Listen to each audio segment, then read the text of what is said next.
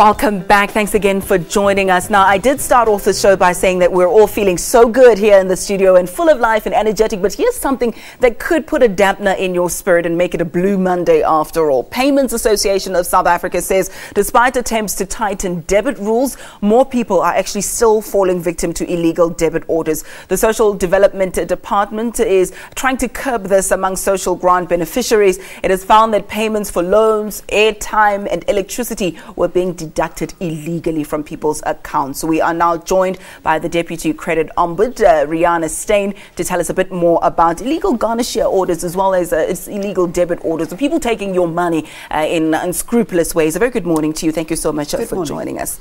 Let's talk a little bit about that now.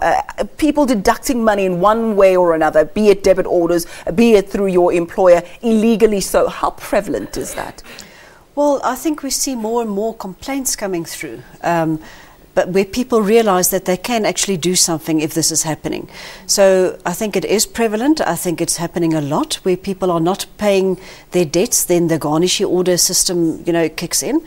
The illegal debit orders, that's of course a different problem, because for them to get access to your bank account, you must have given them the account number, you must have signed a document at some point giving them authorization to do a debit order. I think the problem is then if they use it for in incorrect ways to keep on deducting after you've paid the debt.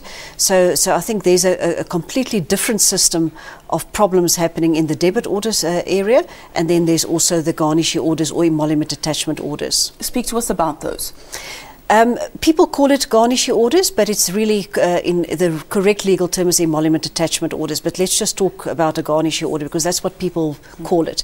That is when a payment, you've entered into a personal loan, you bought some furniture or clothing, you do not pay the account. Then the next step, there's a debt collection process that starts happening. Maybe somebody will arrive at your office, make you sign a document where you consent to a judgment. Once they have the judgment, they will then serve an order on your employer to deduct the money from your salary. So the consumers are really, they're going to pay for this debt one way or another. But in some cases, it happens illegally. The consumer does not sign. And the next thing, the money is deducted from his salary. And then some people go home with nothing. And that is the sad part, and then they don't know how to fight it, because there are ways to of course, object to this. There are ways to fight it. There are ways to check it. And some people then pay this for too much, for too long, and they still don't know what to do about it. And I think that is the sad part, where they know they owe the debt, they know they have to pay, but then they pay too much. And they don't know where to go, they don't know what to do about it, they don't know how to question it. And that is where I think, offices like our office, the national regulator, even the employer, must start helping the employees. If I may play devil's advocate for a minute or two at the moment, perhaps speak to us about how else the creditor or the company, which may also be a small business trying to survive, how else can they retrieve whatever funds have been borrowed or whatever services have been rendered to which someone now owes payment? How else should they go about retrieving that money? Well, of course, the debit or the garnish order, the so-called garnish order, is a very effective debt collection method. And a lot of people make use of this because, once you know that the person is employed, then you just get the money from the salary every month. That's very easy. But there are other ways to do the debt collection. There are what they call soft collections, where you actually call up the consumer and say, you owe me the money, can we make an arrangement?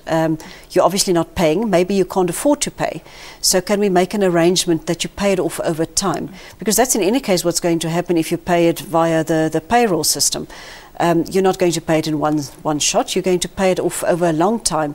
The problem with that is, of course, the interest keeps on running. If you pay off your debt in small amounts, yes, maybe you can afford it every month, but what's going to happen is that the interest is going to keep on running, and the debt that you should have paid over 6 months, you're now going to pay over 2 years. And it's much more. It's much more. Okay, so you must realize that that's what's going to happen. Yeah. We have about 30 seconds left of this interview. I'd like to leave it at a point where people can get help. What rights do victims have, and where can they go to receive assistance? Well, our office is there to assist people free of charge, and we see this kind of complaints regularly. We help them. We we get the accounts, we sort it out for them. So they can come to our office. There's the banking ombud, you know, because of course if people have a problem with the bank and a garnish order, you know, by a bank, there's the National Credit Regulator. So there are a lot of places where people can get help free of charge.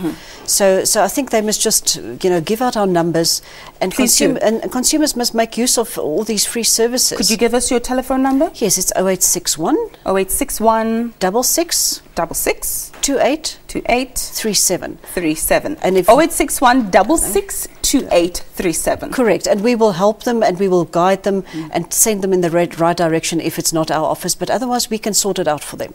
Reana Steyn, thank you so much for having joined us, the Deputy Credit Ombud, just speaking to us about issues related to illegal debit orders and garnish orders as well. We'll leave it there for now. Quick ad break. Morning Live continues after this. Stay right where you are.